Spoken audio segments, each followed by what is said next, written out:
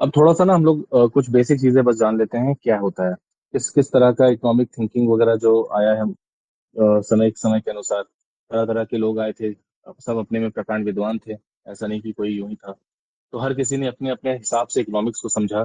Economics किस तरह से होनी चाहिए, किसी भी देश की इकोनॉमी जो है वो किन चीजों का प्रभाव पड़ता है, किस तरह से उसमें चेंजेस किए जा सकते हैं, किस तरह की इंटरफेरेंस होनी चाहिए।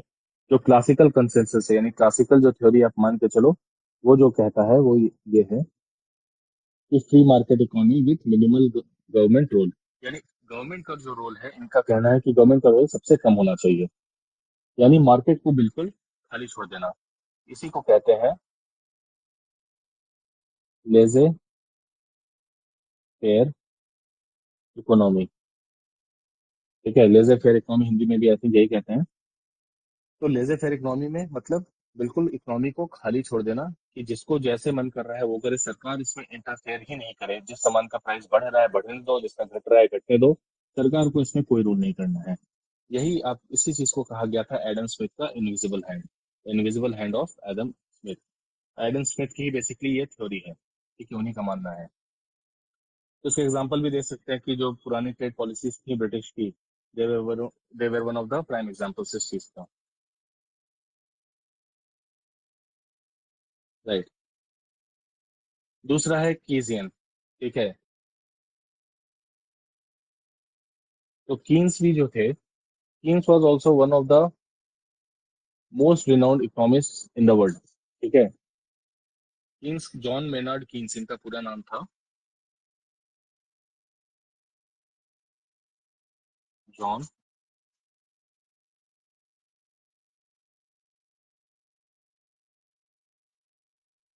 ठीक है, ये भी बहुत ही नामी गिरामी इकोनॉमिस्ट हैं।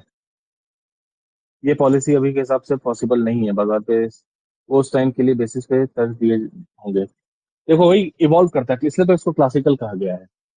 क्लासिकल इसलिए कहा गया क्योंकि उस समय के हिसाब से मार्केट, देखो एडम स्मिथ के समय के हिसाब का अलग था। ठीक है, तो उस समय के हिसाब से जो उनको सही लगा मार्केट में, उन्होंने जो स्टडी किया वो बताया है। एडम स्मिथ की बात कब हो रही है? 1776 के समय की बात हो रही है।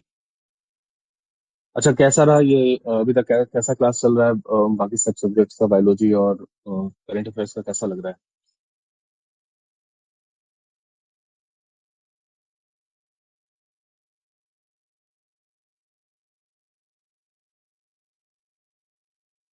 करंट वाले सर सही से पढ़ा रहे हैं पूरा? ठीक है, नई फैकल्टी हैं वो भी, लेकिन काफी एक्सपीरियंस फैकल्टी हैं वो। मतलब उनका खुद करीब 4 या 5 बार वो मेंस लिखे हैं, जो करंट अफेयर्स आपका देख रहे हैं। और बायोलॉजी समझ में आ रही है? सर का टीचिंग स्टाइल समझ में आ रहा है? देखो एक्चुअली समझने में इसलिए भी दिक्कत हो रही थी क्योंकि सर को भी थोड़ा प्रॉब्लम हो रहा था, क्योंकि वो डिजिटल इंटरफेस से बहुत वाकिफ नहीं है। पहले दिन उनका क्लास जो लिए थे वो फोन और पेन टैब पे लिए थे, तो उनको बहुत एंग्जाइटी हो रहा था इसको यूज करने में, बहुत परेशान हो रहे थे। तो इस चक्कर में उनको ये थोड़ा दिक्कत हुआ था। लेकिन अभी भी स्मार्ट बोर्ड पे ही पढ़ाने में उनको थोड़ा सा दिक्कत हो रहा है, बट वो कर जाएंगे, एक दो क्लास में वो आ जाएंगे अपने फ्लो में। बहुत बढ़िया फैकल्टी है वो, बहुत एक्सपीरियंस है वो। जो आप लोग का बेसिकली ज्योग्राफी हुआ और बायोलॉजी हुआ, जियो और बायो दोनों वही लेंगे। ठीक है, वो खुद अपने टाइम में मतलब मेडिकल वगैरह का तैयारी किए हुए हैं, तो बायोलॉजी पे अच्छा कमांड है। फिर मास्टर्स हैं ज्योग्राफी में, तो इसलिए ज्योग्राफी पे अच्छा कमांड है उनका। ठीक है, बिहार स्पेशल देखो कल का क्लास मिस कर गया ना। नोट्स दिए हैं, नोट्स में देख लेना। जो क्या कहते हैं, हिस्ट्री जैसे हो गया। ठीक है, हिस्ट्री में ही जैसे नोट्स डाल दिए थे हम। ठीक है, जो बिहार का जो पार्ट है, हिस्ट्री का हो या ज्योग्राफी का हो या इकोनॉमिक्स का, ऐसा कुछ है नहीं, बट अगर ये भी हुआ, ठीक है, तो इन सब्जेक्ट्स का आपका पॉलिटी का हुआ, तो बिहार से रिलेटेड जो बात होगी ना वो आपको उसी समय बता दिया जाएगा नोट्स में या क्लास में, जैसे भी वो तो मिलेगा ही उसी समय। अलग से बिहार स्पेशल का क्लास नहीं करेंगे उस तरह ना, वो अलग माइंडसेट हो जाता है बिल्कुल। इस तरह फ्लो फ्लो में रहेगा तो रिलेट करके चीजों को समझ पाओगे कि नेशनल लेवल पे क्या है और रीजनल लेवल पे क्या है। तो चीजों को रिलेट कर पाओगे तो ज्यादा अच्छे से याद रहेगा।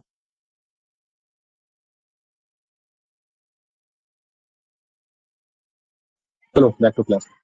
तो कीन्स कीन्स ने कहा कि देखो भाई, गवर्नमेंट स्पेंडिंग जरूरी है, यानी गवर्नमेंट का जो इंटरफेरेंस है बहुत जरूरी है। तो कीन्स को ये जो आइडिया है ये क्यों आया बेसिकली, कीन्स को ये आइडिया क्यों आया कि गवर्नमेंट इंटरफेरेंस बहुत जरूरी है।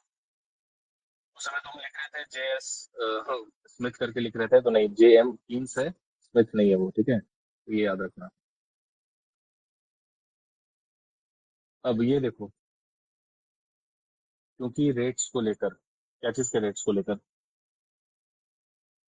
देखो दुनिया ना एक बहुत बड़ा सबक लिया था 1930s में, ठीक है। 1930s का जो समय था वो इकोनॉमिकली दुनिया के लिए बहुत हिला देने वाला समय था।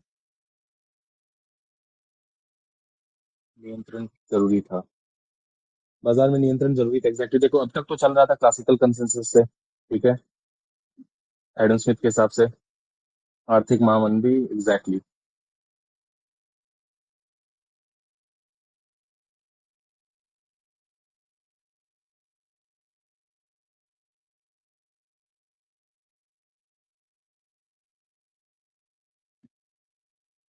ठीक है। अमेरिका कैसे स्टेबल थे, मतलब किस समय, आर्थिक महामंदी के समय? ये स्टार्ट ही हुआ था अमेरिका में, स्टेबल कैसे हो सकता है उस समय?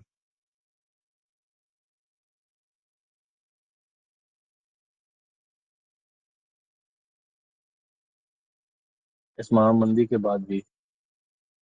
नहीं नहीं नहीं, ऐसा कुछ नहीं कि अमेरिका बिल्कुल स्टेबल था। देखो स्टार्ट ही, दुनिया को अगर इकोनॉमी की ओर कोई हिलाता है हमेशा, तो वो अमेरिका ही है। अभी जैसे 2008 में भी जो क्राइसिस आया था, उसमें भी अमेरिका ही ये था, कल्प्रिट था बेसिकली। जो हुआ क्या था बेसिकली, देखो ग्रेट डिप्रेशन में जो स्टॉक मार्केट था वो क्रैश किया था, ठीक है। बिलियंस ऑफ डॉलर्स थे, जितने भी वेल्थ था जो भी था, वो सारा अचानक से बिल्कुल जैसे मार्केट से चला गया था। तो ये रीजन था कि इकोनॉमिक इंस्टेबिलिटी आया था। और ये धीरे धीरे फैल करके, चूंकि सारी दुनिया में एक तरह से फैल गया, एक यूरोप वगैरह जितने, चूंकि रिच कंट्रीज तो यही थे जो भी थे हमारा, एशिया जो हो गया वो गरीबी था, अफ्रीका तो और गरीब था, ठीक है। बैंक्स वगैरह फेल किए, अनएम्प्लॉयमेंट बढ़ा उस समय ग्रेट डिप्रेशन में। तो ये सब प्रॉब्लम्स उस समय अचानक से आई थी। तो ये जो फेज था 1930s का, that was the phase of great depression. इसको इंग्लिश में ग्रेट डिप्रेशन कहते हैं।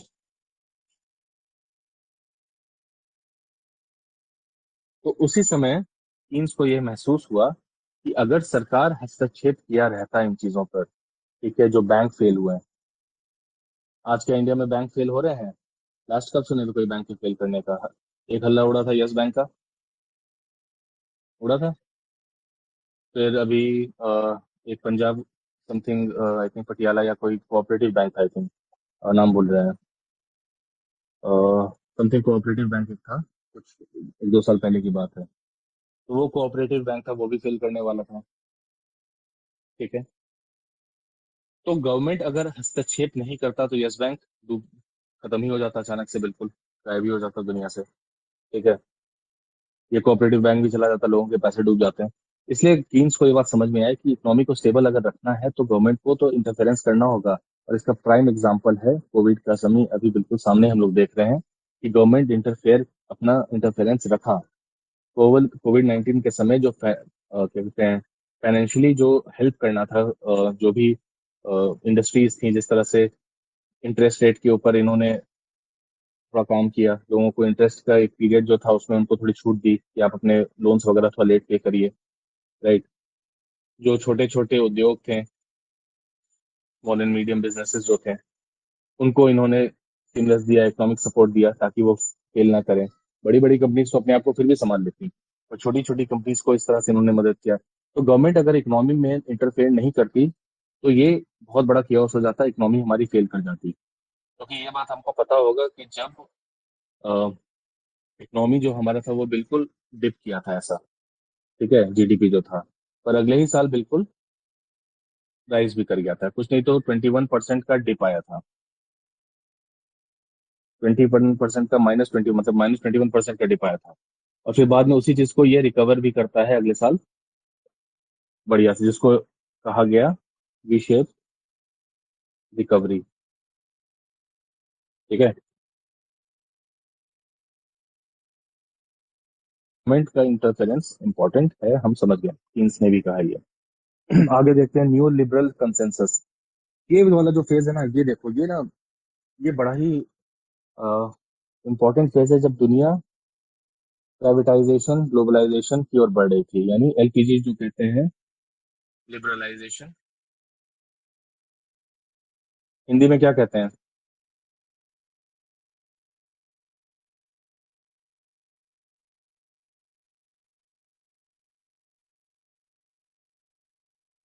उदारवाद, एग्जैक्टली, लिबरलाइजेशन को उदारवाद, प्राइवेटाइजेशन को शायद निजीकरण कहते होंगे। ठीक है।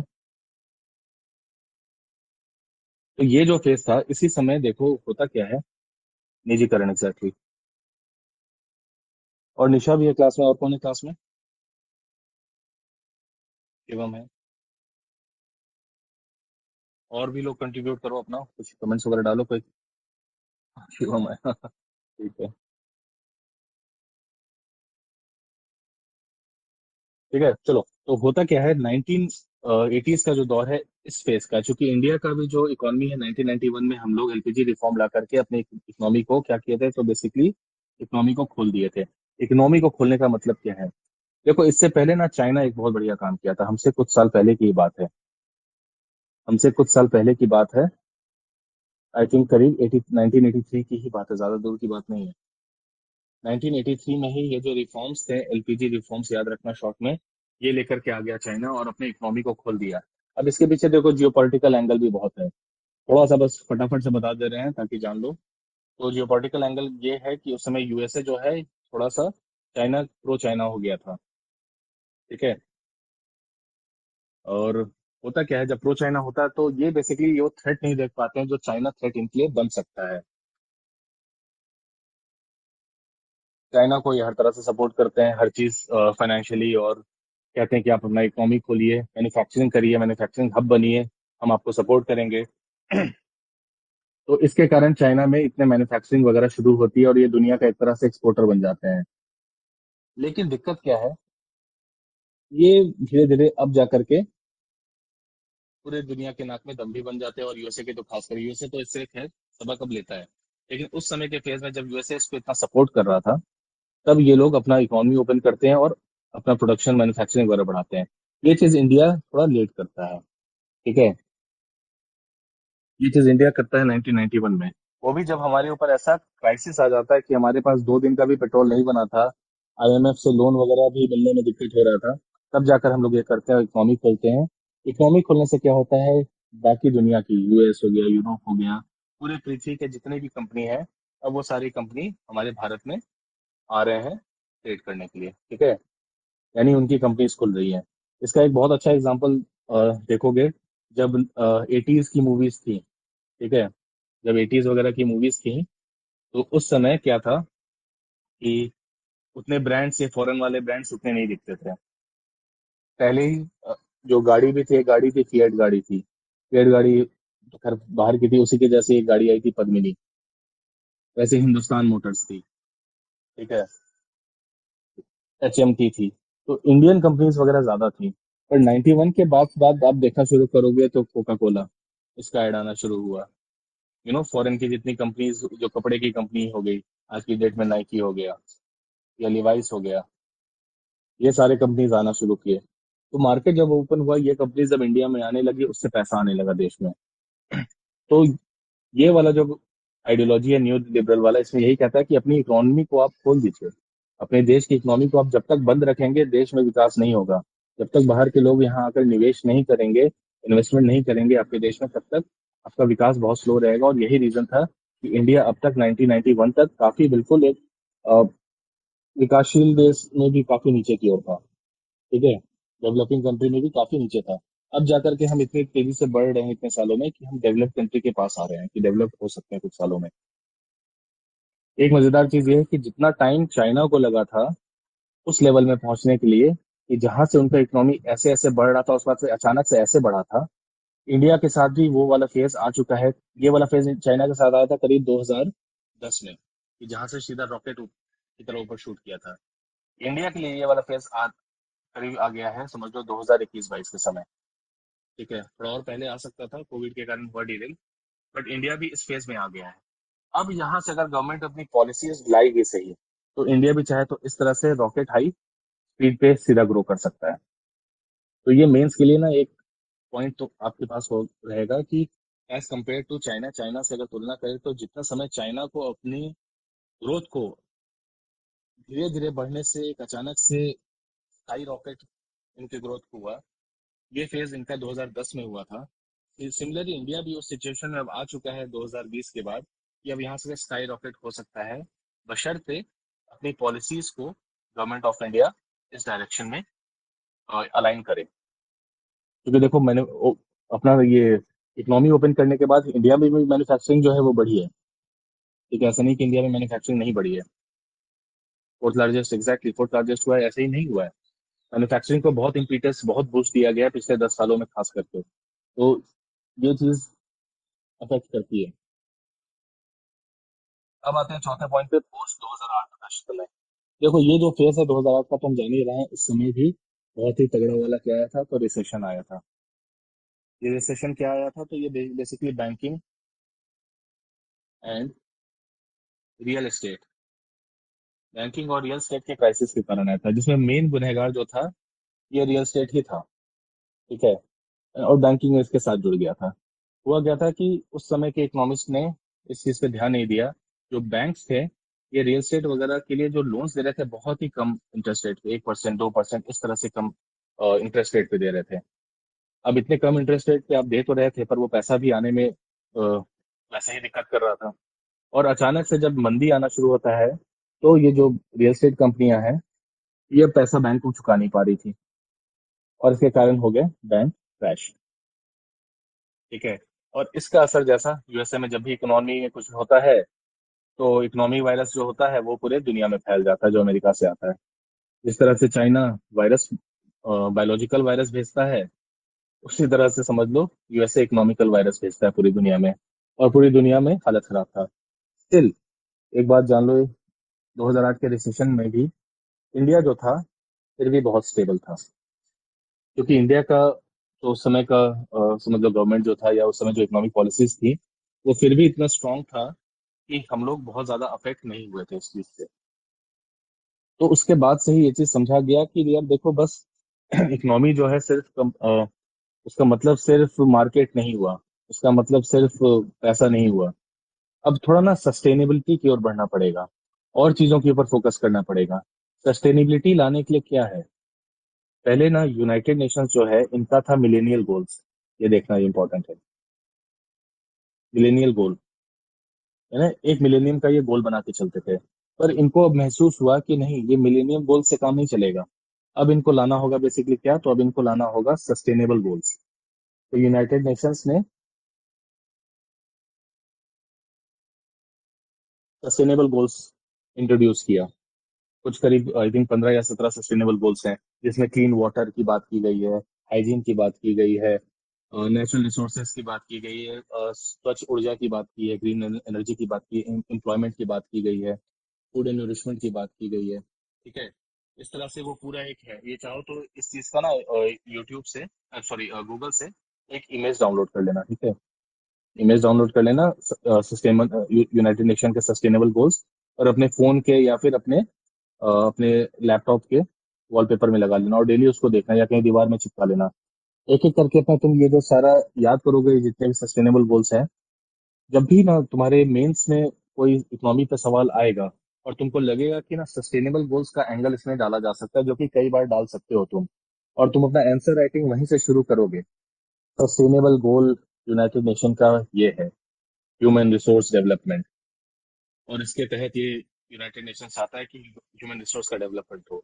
वहीं पर जो आंसर तुम्हारा चेक कर रहा होगा ना, आंसर चेक करने वाला वहीं तुमको स्पॉट कर लेगा कि ये लड़का कहीं से तो शुरू कर रहा है जवाब लिखना, और बहुत ही मैच्योर पॉइंट से शुरू कर रहा है। ठीक है, ये एक मैच्योर जवाब होगा, और उसके बाद से वो गेज कर लेगा तुम्हारा आगे का आंसर कितना बेहतरीन हो सकता है। वो हो सकता है तुम्हारा पूरा आंसर पढ़े भी नहीं, जो कि जनरली सब लोग पूरा पढ़ते हैं भी नहीं। और उनको चूंकि ये तुम्हारे स्टार्टिंग के ओपनिंग लाइन से ही समझ में आ जाता है कि तुम कितने तुमको कितना ज्ञान है, फिर तुमको कितना नॉलेज है, कितना तुम स्किल्ड हो लिखने में ये चीज, आंसर्स को। तो तुमको मार्क्स उसके बेसिस पे ऑलरेडी अच्छे मिल जाते हैं। ठीक है, 17 गोल्स होते हैं एग्जैक्टली। तो ये चीज को ध्यान रखना। तो ये कर सको तो जरूर कर लेना इस तरह से। ऐसे राइटिंग में भी जैसे होता है कि बहुत सारे कोट्स वगैरह होते हैं ऐसे राइटिंग के लिए। तो ये ना धीरे धीरे अपने घर में ना चिपकाते चलो, एक बार में ढेर सारा मत चिपकाना। एक बार में एक ही चिपकाओ। जब उसको डेली देखते देखते तुम्हारे दिमाग में बैठ जाए कि अचानक से तुम कहीं मान लो कहीं रेस्टोरेंट में खाना खा रहे हो और तुमको अचानक से दिमाग में वो कोट आ गया। ठीक है, मान लो पॉवर्टी के ऊपर ही कोट था, किसी गरीब को देख के और तुम्हारे दिमाग में वो कोट आ गया, तो समझ लो तुमको वो याद हो गया। तब उसके बाद तुम जा करके कोई दूसरा कोट अपने दीवार पे लगाना, मे बी एजुकेशन को लेकर के। ठीक है, जब ये दिमाग में फिट हो जाएगा तब कोई और लगाना, अभी बहुत टाइम है मेंस में। तुम 10 15 20 कोट भी इस तरह अगर याद कर लोगे तो ये तुम्हारे जब आंसर या तो ऐसे राइटिंग में काम आएगा, और कभी कभी आंसर राइटिंग में भी काम आएगा। आंसर राइटिंग में एक और चीज इंपॉर्टेंट है, जो स्टैटिस्टिक्स है, स्टैट्स है। ठीक है, स्टैट्स बहुत काम आते हैं किसी भी सब्जेक्ट का, ये बात सिर्फ इकोनॉमिक्स के लिए नहीं कर रहे हैं हम। कि तुम्हारा पॉलिटी का भी कोई स्टैट अगर हो गया, ठीक है, या ज्योग्राफी का कोई स्टैट हो गया, तो कोई भी अगर तुमको ये आंकड़ा अगर दिख रहा है कि हाँ ये आंकड़ा इंपॉर्टेंट है, ठीक है, उस आंकड़े को आप कहीं दीवार पे लिखो, उसको दिमाग में फीड करो, बिल्कुल याद करो, डेली उठ के बैठ के देखो। तो जब अपना आंसर लिखोगे और तुम इस तरह से शुरू करोगे, तब तुमको समझ में आएगा कि तुम्हारा आंसर कितना बेहतर होते जा रहा है। तो ये तो बात की है, ठीक है, समझ में आ गया इतनी बातें। तो 2008 के बाद इन चीजों के ऊपर दुनिया ने काम करना शुरू किया, और जो भी देखो ये जो मनरेगा बनाया गया, ये क्या है, ह्यूमन रिसोर्स डेवलपमेंट, HRD, यानी इंसान का विकास, मानव का विकास। इनको काम मिलेगा मनरेगा के तहत कि आपको 100 दिन का पक्का नौकरी तो मिलेगा, कि 100 दिन आप जॉब करेंगे, आपको पेड नौकरी मिलेगा 100 दिन का, मनरेगा में जो रहेंगे। तो उससे क्या होगा, इनका पैसा आएगा, 100 दिन काम करेंगे, कमाएंगे, ये लोग खर्च करेंगे, अपने इकोनॉमी में सामान खरीदेंगे, सामान बेचेंगे। ठीक है, तो हो सकता है कोई पैसा बचा के बिजनेस स्टार्ट कर दे, छोटा मोटा एक ठेला ही लगा दे। तो उससे क्या होगा, इकोनॉमी में पैसा और आएगा, इकोनॉमी उससे बूस्ट होगी। तो देखिए, अगर ह्यूमन रिसोर्स डेवलपमेंट हम कर रहे हैं तो इकोनॉमी में कैसे असर पड़ रहा है, उसका लिंक समझ में आया। अगर तुम देखो एजुकेशन दे रहे हो किसी को हेल्थ दे रहे हो, तो बहुत ही बेसिक बात बता रहे हैं, किसी भी ह्यूमन डेवलपमेंट के लिए अगर तुमसे कोई पूछे तो क्या दो सबसे बेसिक चीज है, वो ये दो चीजें, एजुकेशन और हेल्थ।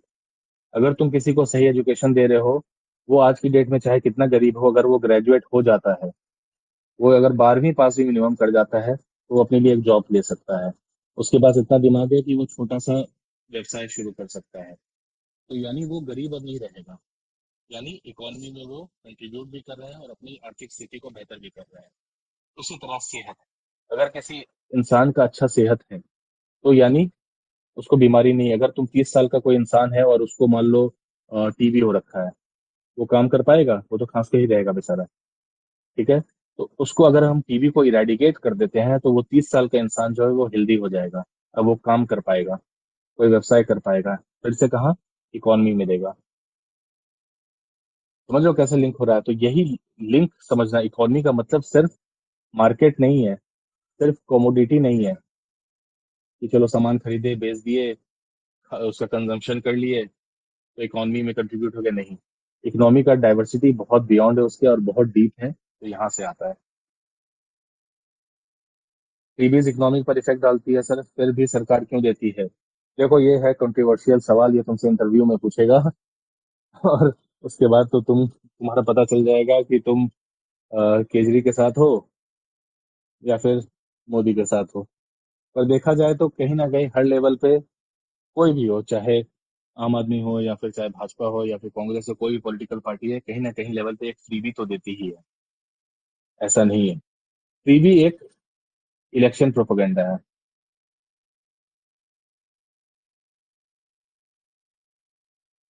ठीक है, फ्रीबी ऑनेस्टली इकोनॉमी। हाँ, महिला सम्मान अभी 250 2,500 रुपये का झारखंड में है, सही बात है, ये हुआ, बिहार के लिए भी अनाउंस होगा ही कुछ समय में। तो ये इलेक्शन प्रोपेगेंडा, इससे वोट मिलता है, लोग को लगता है बैठे बैठे चीजें मिल जाएं। चाहे आप जो लोगों को राशन दे रहे हैं, ठीक है, राशन भी दे रहे हैं तो आप सस्ते में ही दे रहे हैं, फ्री में दे रहे हैं। सरकार बेसिकली क्या करती है ना, कुछ चीजें जो फ्री में दे रही है जैसे बिजली, बिल्कुल फ्री दे दिया, तो ये गलत है। जनरली सरकार क्या करती है, फ्री में नहीं दे करके चीजों का रेट जो है, चीजों का दर जो है वो कम कर देता है। अगर बिजली मान लो 8 रुपए यूनिट है तो शायद उसको कम करके 1 से 2 रुपए कर देगा। पर आपको फ्री का आदत नहीं देगा, क्योंकि फ्री का कोई भी चीज का ना वैल्यू नहीं होता, आप उसका इज्जत नहीं करते हैं। अगर यही क्लास हम आपको फ्री में दे देंगे, पैसे नहीं लगेंगे आपके, या आप जिम भी ज्वाइन करते हो, कोई फ्री में करवा देगा, तो आप जाओगे क्या? नहीं जाओगे। फ्री में तो अवेलेबल है ना, पार्क में आजकल वो लग गए हैं सारे, जिम वाले इक्विपमेंट टाइप के लग गए हैं पार्क्स में। कितने लोग करते हैं उसको, कितनी बार हम या तुम गए हैं।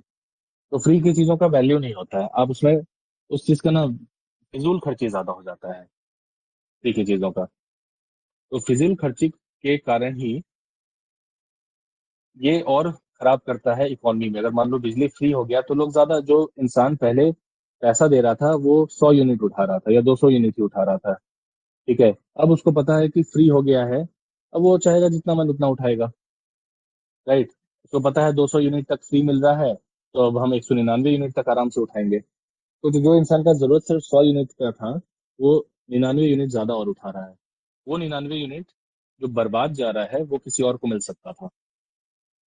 तो इकोनॉमी में तो लॉस हो रहा है उस चीज का। इंटरेस्ट नहीं लेते हैं लोग, एग्जैक्टली जो फार्मर्स लोन का जो इंटरेस्ट है। अच्छा, इंटरेस्ट तुम वैसे कह रहे हो, हाँ इंटरेस्ट नहीं लेता, एग्जैक्टली बात सही है। अगर फ्री का क्लास रहेगा तो उसमें लोग इंटरेस्ट नहीं लेंगे, अरे फ्री तो है चलो हटाओ। यूट्यूब पे तो बहुत चीज फ्री में अवेलेबल है, कितने सिंसियरली हम लोग देख पाते हैं? नहीं देख पाते हैं। हम लोग भी स्टूडेंट रहे, हम लोग भी देख रहे हैं ये चीज, हम लोग भी नहीं कर पाते हैं। लेकिन हाँ, जहाँ हम लोग को पैसा देना पड़ा, तो नहीं यार, क्लास पैसा दे दिया, क्लास तो करना ही पड़ेगा, ठीक है। तो इसलिए फ्री वाला फंडा गड़बड़ हो जाता है, इकोनॉमी के लिए बुरा हो जाता है। ये जो बिजली ही आता है, जो तुम्हारे इलेक्ट्रिसिटी आता है, ये जब जनरेट होता है इलेक्ट्रिसिटी, पहले जो ग्रिड में जाता है, मेन ग्रिड में से फिर बाकी सब जगह, शहर में सब जगह ट्रांसफर होता है। तो इसको उत्पादन करने में भी तो खर्चा आ रहा है ना, ऐसा तो नहीं फ्री में उत्पादन हो रहा है। इसको उत्पादन करने में जितना खर्चा हो रहा है, उसी का पैसा के हिसाब से आपको पर क्या कहते हैं, पर यूनिट का चार्ज लिया जाता है, कि ये जो खर्चा है इस खर्चा को मैनेज किया जाए। अब अगर ये फिजूल खर्चा होने लगेगा, सही लोगों तक नहीं मिलेगा, तब तो फिर बिजली कटेगी आपकी कहीं भी। तो लोगों जो पावर शेडिंग कहते हैं, पावर शेडिंग कर रहा है, लाइन काट दिया है बिजली डिपार्टमेंट शहर में 1 घंटे के लिए, तो क्या करते हैं वो लोग, वो यही पैसे बचाते हैं बेसिकली। तो freebies are not good for economy. अगर एग्जाम में पूछे तो उसको इस तरह से आप समझा सकते हैं एग्जाम्पल दे करके। फिर देखो जो किसानों को दिया जाता है, राइट, किसानों को भी जो दिया जाता है कि आपका हम जो लोन है वो माफ कर देंगे, ये भी गलत है, ये भी इलेक्शन प्रोपेगेंडा है।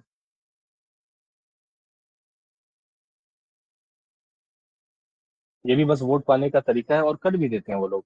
लेकिन पॉइंट ये, जिस किसान का, एक किसान का लोन नहीं है ना, कई किसान का लोन है, कई हजार करोड़ में है वो सारा अमाउंट, राइट, कई हजार करोड़ है। अब वो पैसे तो कहीं ना कहीं बैंक को तो मिलने हैं ना, वो कौन देगा? वो सरकार ही देगा। सरकार भी अगर अब पैसा देगा तो वो पैसा सरकार कहाँ से लाएगा? सरकार वो पैसा कहाँ से लाएगा? वो टैक्स बढ़ाएगा, नए नए तरीके के टैक्स, अतरंगी टैक्स लेकर के आएगा, या इन्फ्लेशन यानी महंगाई महंगाई बढ़ाएगा, चीजों का दाम बढ़ाएगा, ताकि वो पैसे आए। वो पैसे आ करके फिर वो जो किसानों का लोन चुक फ्री करे हैं उस लोन को चुकाएंगे। तो अल्टीमेटली जो पैसा है, वो पैसा जो आया है सरकार के पास ये वाला, ये टैक्स के जरिए, इन्फ्लेशन के जरिए, ये दिया कौन है? ये तो दिया है आम आदमी। वही किसान, इस आम आदमी में वो किसान भी है। तो कहीं ना कहीं देखा जाए तो किसान तो पैसा वो भर ही रहा है, उतना ज्यादा नहीं भर रहा है, कम भर रहा है, लेकिन उसका पार्ट तो है। पूरा नहीं माफ करना चाहिए, कुछ परसेंट करना चाहिए। कुछ परसेंट भी क्यों करना चाहिए? कुछ परसेंट अगर, चलो अगर तुमसे ही हमें सवाल पूछते हैं क्यों करना चाहिए कुछ परसेंट, क्या क्राइटेरिया होना चाहिए कुछ परसेंट का? चलो ठीक है, तुमको लगता है कि कुछ करना चाहिए, मेरे हिसाब से बिल्कुल नहीं करना चाहिए। क्यों करें? आप लोन लिए, आपको चुकाना होगा। मैं, अगर हम क्रेडिट कार्ड से कुछ खरीदते हैं, तो हम मेरे तो सर पे चढ़ जाता ना, भाई तुम क्यों नहीं चुका रहे हो, मेरा सिविल खराब हो जा रहा है, राइट, मेरा सिविल स्कोर खराब हो जाएगा। तो किसानों के लिए भी अगर माफ करना चाहिए तो क्यों करना चाहिए, बताओ, सब लोग बताओ, क्योंकि ये तुमसे पूछ देगा ये चीज। फसल अगर नहीं हुआ है तो किसान को नुकसान होता है, यानी बात कर रहे हो तुम बेसिकली नेचुरल काउजेस का, ठीक है। और कोई रीजन?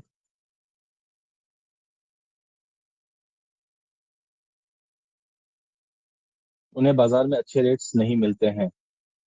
वो तो बेचने के समय की बात है ना, फसल अगर नहीं हुआ तो किसान को नुकसान होता है, और बाजार में अच्छे रेट नहीं मिलते हैं, ठीक है, वही वही नेचुरल कॉजेज के कारण आपका जो प्रोडक्शन है वो कम हुआ। प्रोडक्शन कम हुआ तो उसके कारण आपको रेवेन्यू नहीं मिला, आपको पैसे नहीं हुए। ठीक है, एक रीजन हुआ नेचुरल कॉजेस। तो ये लॉजिकल है रीजन, नेचुरल कॉजेस के कारण अगर बरसात नहीं हुई, सूखा आ गया, तो सरकार हो सकता है उस केस में जो लोन लिया गया है, उस साल जो लोन लिया था किसान, वो माफ कर दे, कुछ हद तक माफ कर दे या पूरा भी माफ कर दे, समझ में आता है। ये एक सरकार का एक ड्यूटी है, क्योंकि हमारा जो इकोनॉमिक मॉडल है देश का, वो पूरी तरह से कैपिटलिस्ट नहीं है, पूंजीवादी नहीं है। ठीक है, समाजवादी भी है, सोशलिस्ट। राइट। तो जो सरकार है वो बेसिकली पापा की तरह एक्ट करती है कि पिताजी हैं वो सबके, वो देखेंगे हाँ चलो पैसा खत्म हो गया, हम कर देंगे उपाय। तो एक रीजन नेचुरल कॉजेस, चलो समझ में आता है, और कोई दूसरा रीजन दो, दूसरा रीजन एक दो।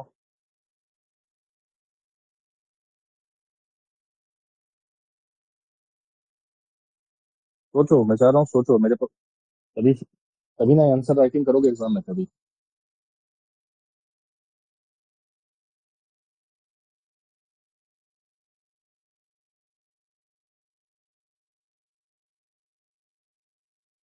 गवर्नमेंट पॉलिसी, अगर गवर्नमेंट पॉलिसी वैसी कोई नहीं है, ठीक है, उस एरिया में अगर किसी फसल के लिए या किसी भी तरह का इंफ्रास्ट्रक्चर डेवलपमेंट के लिए गवर्नमेंट का वैसा पॉलिसी कुछ नहीं है जो किसान के हेल्प के लिए है, उस केस में प्रॉब्लम है। बीज वगैरह नहीं है, एग्जैक्टली बीज वगैरह अवेलेबल नहीं है उस तरह का, बीज का क्वालिटी है तो रॉ मटेरियल का इशू हो गया। तो गवर्नमेंट की ओर से जो बीज वगैरह दिया गया, एक रीजन वो हो गया।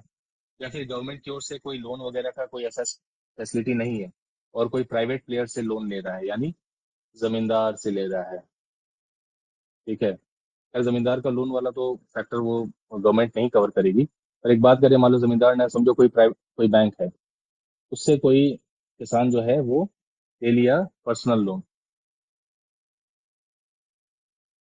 कि चलो सरकार तो अभी कोई हम लोगों को किसान क्रेडिट कार्ड नहीं दे रही है, या फिर किसी तरह का किसान बीमा योजना नहीं दे रही है, किसान लोन नहीं दे रही है किसी तरह का, तो पर्सनल लोन लेकर के ही बेचारा पैसा कुछ लेकर के आता है और उतना खेती करता है, और फिर जो भी रीजन हुआ, बेचारा का उस उतना प्रोडक्शन नहीं हो पाता है।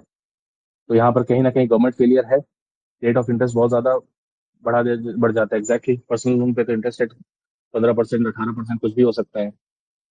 तो यहाँ पर जो गवर्नमेंट पॉलिसी के अभाव में अगर ऐसा कुछ होता है, तब समझ में आता है कि चलो यहाँ पर गवर्नमेंट कुछ इनको हेल्प कर सकती है, उन बैंकों से जिनसे बेचारों ने पर्सनल लोन लिया था, वहां पर गवर्नमेंट इंटरफेयर कर सकती है। तीसरा तीसरा कोई पॉइंट बताओ, जल्दी से सोचो। डेली क्लासेस इतना लंबा नहीं मेंस लेवल तुम लोग को थोड़ा ले जा रहे हैं, लेकिन हम चाह रहे हैं जल्दी भी खत्म करना, पर ये हो जाता है, जरूरी है थोड़ा सा माइंड आप लोग को उस तरह से स्टार्टिंग में देना जरूरी है, कि आप उस तरह से सोचना शुरू कर दें। ठीक है, लोन की भी पॉलिसी फिल नहीं कर सकते हैं। लोन की पॉलिसी फिल नहीं कर सकते हैं का मतलब क्या शिवम, क्या कहना चाह रहे हैं?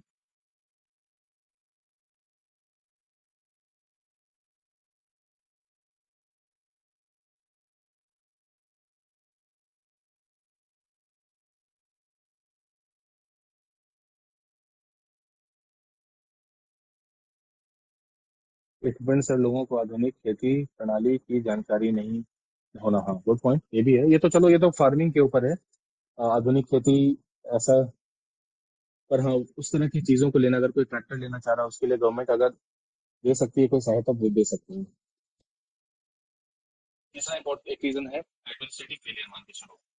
यानी जैसे अभी आप बीज की बात की है, ठीक है, अगर वैसे बीज मुहैया नहीं कर, मान लो कि सरकार कहती है कि चलो बीज है, और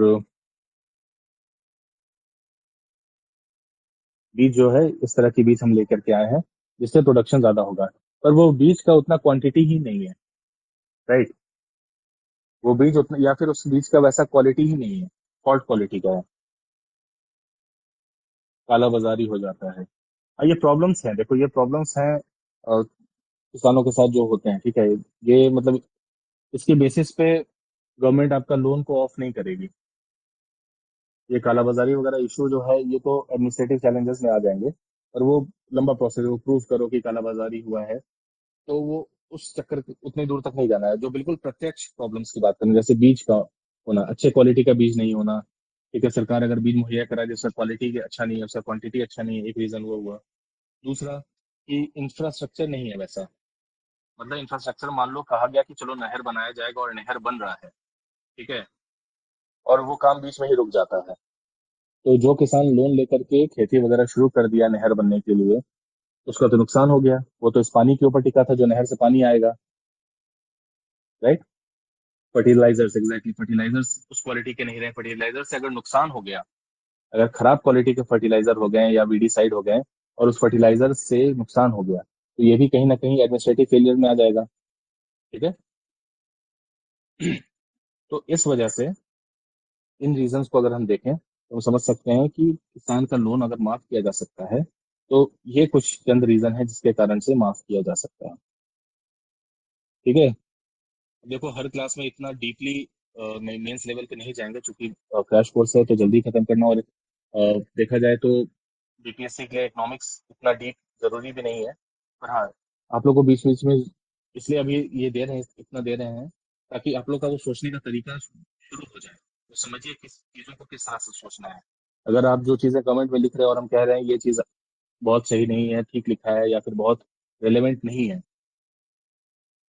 तो उसको भी समझिए कि आपको उस दिशा में नहीं सोचना है। फिर अगर जिस चीज को हम सोचने से कह रहे हैं कि आप जो लिखें कमेंट में वो बहुत रिलेवेंट नहीं है पॉइंट, तो उस पॉइंट को आगे आपको नहीं लाना है दिमाग में, आपको जैसे बता रहे राइट डायरेक्शन में ही सोचना है, तो वो चीजें डेवलप होनी है। शिवम कह रहे हैं कोई प्रॉपर पॉलिसी लोन का अप्रूव नहीं होता है। हाँ देखो, वो तो है, वो तो बैंकिंग का भी फेलियर है उसमें, बैंकिंग सेक्टर का भी इशू है, फ्रेंड्स कह रहे हैं, क्योंकि तुरंत क्लिक होना चाहिए माइंड में, एग्जैक्टली और ये प्रोसेस नहीं आएगा जब आपको स्टार्टिंग में, हम इसलिए थोड़ा बहुत आपको भी जो भी क्लास होगा थोड़ा सा आपको मीन्स पर्सपेक्टिव का एक थोड़ा सा आइडिया देंगे, ताकि चीज़ों को उस हिसाब से आप लोग सोचिए। But majority of the class जो रहेगा आपका 80% या 90% क्लास जो रहेगा वो पीटी के ओरिएंटेड ही रहेगा, ताकि एग्जाम में कोई सवाल पूछे तो आप उतना ही जवाब दे पाए, ठीक है।